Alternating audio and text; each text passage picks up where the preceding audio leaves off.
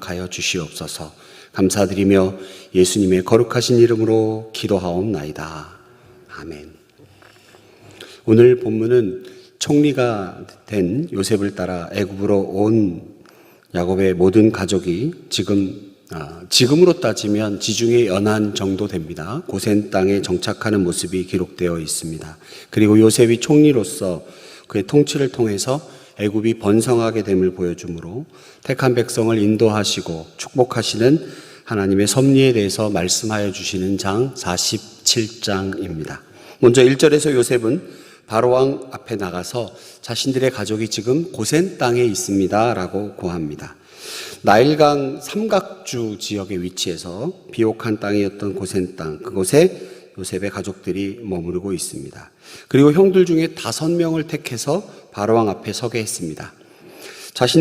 형제들이 그 당시에 자신을 빼면 11명이지요. 11명을 소개할 수도 있지만 당시 애굽인들이 좋아하는 숫자가 5였다고 합니다. 그래서 그 5라고 하는 숫자를 좀 신성시하는 그들의 풍습에 따라 5명을 택해서 바로에게 소개했던 것으로 그렇게 추측이 됩니다. 요셉의 형들로부터 고센 땅에 살 수 있도록 선처를 베풀어 달라는 요청을 받은 바로왕, 그들이 좋은 땅을 골라 거주하게 되도록 쾌히 승낙해 주었습니다. 은혜가 아닐 수 없습니다.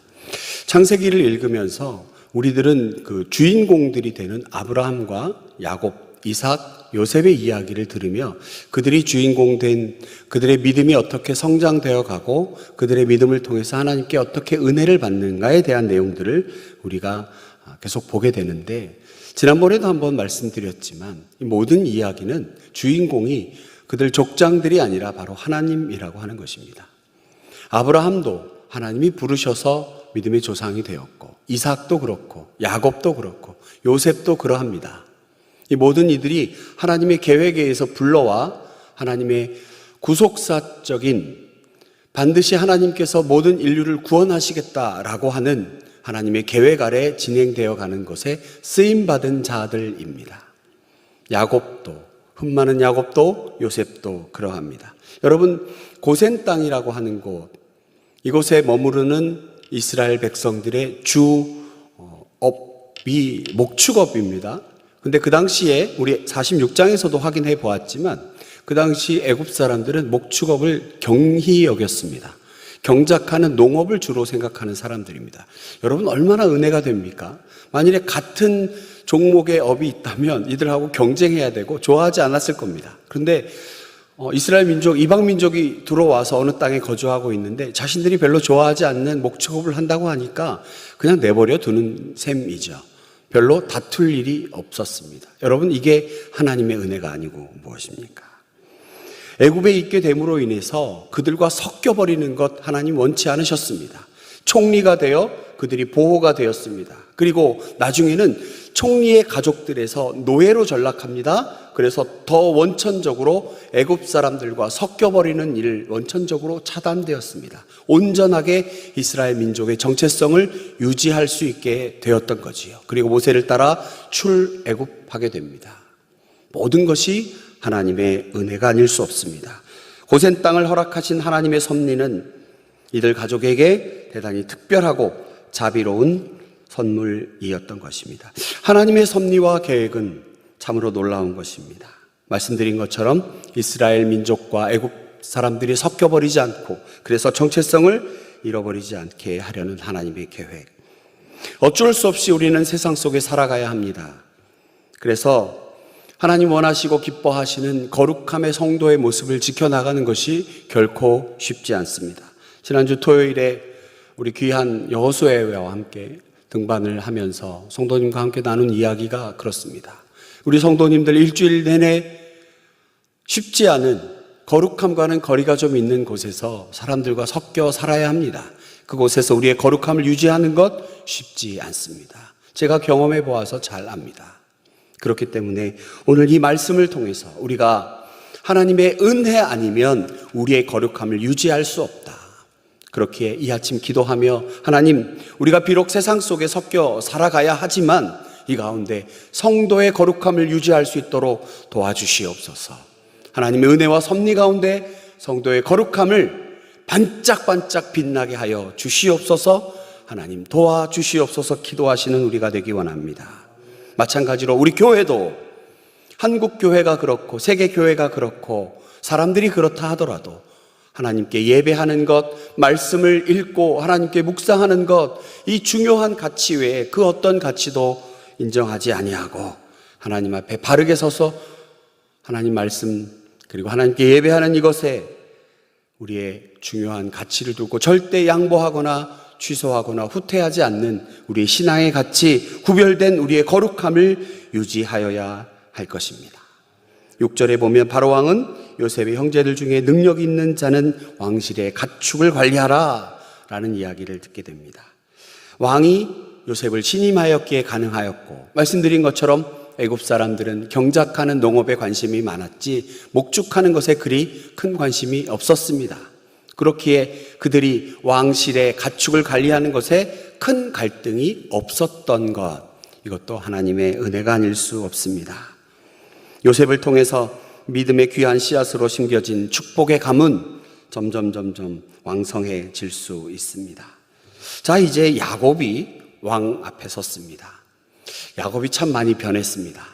예전 같으면 삼촌 라반 앞에서도 벌벌벌 떨고 어떻게 하면 삼촌을 속여서 내가 얻을 것을 얻어낼까? 어떻게 하면 아버지를 속이고 형을 속여서 내가 장자권을 얻어낼까? 궁리하고 꾀를 냈던 야곱이 이 바로왕 앞에서 얼마나 당당한지 한번 보십시오. 제국주의적인 권세를 가진 왕 앞에서도, 그리고 자신의 가족들의 생명을 의지하는 입장임에도 불구하고 자신은 하나님의 선지자, 족장이 되어 바로를 축복하고 있는 당당함, 여러분 어떻습니까? 이 당당함이 오늘 우리에게도 나타나기를 축복합니다. 우리 오늘 삶 가운데 만나는 우리의 이웃들에게, 직장 동료들에게, 사랑하는 친지들에게 하나님의 이름으로, 예수 그리스도의 이름으로 축복을 선포하시는 여러분 되시기 축복합니다. 당당하게 살아계신 예수 그리스도를 통하여 당신의 어려움이 해결될 것입니다. 내가 기도하겠습니다. 제가 토요일 저녁에 문자를 한 통 받았습니다. 존경하는 교수님께서 제게 캠퍼스에서 전도를 했는데 이 청년을 위해서 목사님도 기도를 좀 해주세요라고 문자를 받았습니다. 그래서 제가 그렇게 문자를 보냈습니다. 거짓말은 하고 싶지 않았습니다. 그 청년에게 전화해서 어떤 신앙 상담을 하고 그 청년이 예수를 받아들이고 믿게 하는 그 과정이 얼마나 어려운지 알기 때문에 멀리 천안까지 가서 제가 그 할 용기가 나지 않았습니다. 솔직하게 말씀드렸습니다. 가까운 곳에 있다면 모를까 먼 곳에 있기 때문에 솔직히 그렇게 할 수는 없을 것 같고 제가 중보하며 기도하겠습니다. 그 청년을 위해서 축복하며 기도하겠습니다 라고 다시 문자를 보내드렸습니다. 여러분 어떻습니까? 위기를 모면하기 위해 순간적으로 네 그렇게 하겠습니다, 거짓말하지 말고 우리가 갖고 있는 특권 중보하며 기도하겠습니다. 그를 위하여 축복하겠습니다. 먼 곳에 친척으로부터 전화를 받았습니다. 누가 아픈데 어떤 어려움이 있는데 어떻게 하면 좋겠느냐. 여러분 야곱처럼 축복을 그들에게 선포하는 여러분 되시기 제가 다시 한번 축복합니다. 우리에게 귀한 축복이 있습니다. 이것은 바로 우리 믿는 자들의 특권이 아닐 수 없습니다. 13절 이하에 보시면 이제 기근이 계속되자 애굽과 가나안 지역에 사는 사람들이 곡식을 사기 위해서 요셉에게 찾아왔습니다. 그런데 요셉은 그들에게 곡식을 거저주지 않았고 대단히 지혜로운 방식을 통해서 백성들에게 곡식을 분배했습니다. 지금은 경제학적이나 혹은 사회과학적인 지식의 체계가 제대로 정비되어 있어서 이 배분 정책, 특히 곡식을 배분한다거나 세금을 걷어들이는 이와 같은 정책들은 어느 정도 검증이 되었고 사회적인 동의가 있습니다. 그런데 그 당시에 그런 지식의 체계가 없는 상태에서 사람들에게 동의를 이끌어내고 큰 불만 없이 이와 같은 조세 정책, 곡식의 배분 정책을 이끌어낸다라고 하는 것 대단히 지혜로운 정치가의 모습이 아닐 수 없습니다. 요셉이 어찌하였습니까? 곡식을 낭비하지 않았습니다. 그리고 많은 사람을 구제하게 되었고 왕실의 재정을 튼튼하게 하였습니다. 놀랍게도 요셉은 곡식을 잘 관리해서 돈과 가축 그리고 애굽의 모든 토지를 사들이게 되었습니다. 그런데 어느 한 구절에서도 요셉 개인적으로 그것을 소유로 두지 않았음을 보게 됩니다. 정말 청렴한 관리였지요.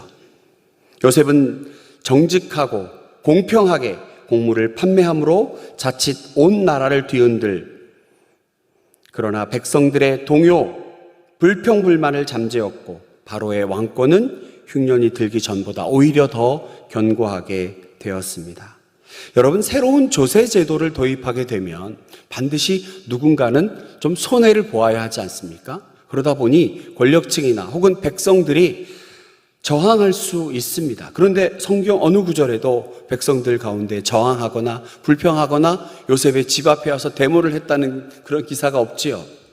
우리 조선시대만 보더라도 여러분, 대동법이라는 거 영화를 통해서도 한번 나왔는데, 사람들에게 전쟁이, 임진왜란 전쟁이 끝나고 궁핍한 사람들에게 쌀을 걷어들이지 않고 지방의 특산물을 걷어들입니다. 곶감이 나지 않은 곳에서 곶감을 내라 하고, 밤이 자랄 수 없는 곳에서 밤을 내라 하고, 생선을 얻을 수 없는 곳에서 생선을 내라 하고, 국민들은 너무 힘든 삶을 살았죠. 그래서 대동법이라는 것을 실시하고 가구나 호당이 아닌 토지를 기준으로 해서 쌀을 걷어들이니 권력층, 그동안 잘 먹고 잘 살았던 그들의 저항에 부딪혀 왕권마저 흔들리는 일.